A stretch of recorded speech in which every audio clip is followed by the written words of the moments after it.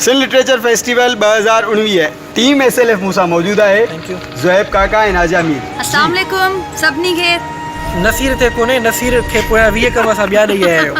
ऐं असां होटल ते आयासीं, होटल में कुझु कम रहिया पिए, कुझु वेंडर्स आया पिए, अव्हां जे करे ॾींहं राति कोशिशूं कयूं पिया ऐं इहा कोशिशि कयूं पिया त फेस्टिवल वधि खां वधि बहितर थिए। अवीं ते अचो 22, 23, 24 फरवरी यानी सुभाणे न परीहं 3 परीहं या आचर ताईं फेस्टिवल हलंदो, 3 ॾींहं हलंदो।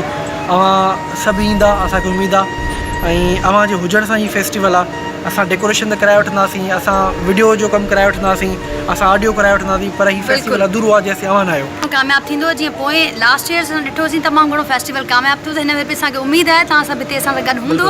हिन वक़्तु असीं अरेंजमेंट्स खे फाइनलाइज़ कयूं पिया, पर इहो फेस्टिवल तॾहिं ई कामयाबु थींदो जॾहिं तव्हां असां सभिनी सां गॾु हिते मौजूदु हूंदा। त तमामु ज़बरदस्त पर्सनैलिटीज़ पूरा मुल्क मां जेके असां वटि अचनि पिया ऐं मुल्क खां ॿाहिरां खां जेके स्पीकर्स अचनि पिया, असीं तमामु घणा एक्साइटेड आहियूं ऐं इन करे बि एक्साइटेड आहियूं तव्हां सभु हिते हूंदा, असीं तव्हां सभिनी सां मिलंदासीं।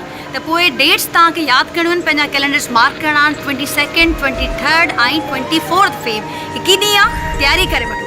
सभु हिते गॾु थींदासीं, एंजॉय कंदासीं। हा मौजूदु दोस्तों। सदाब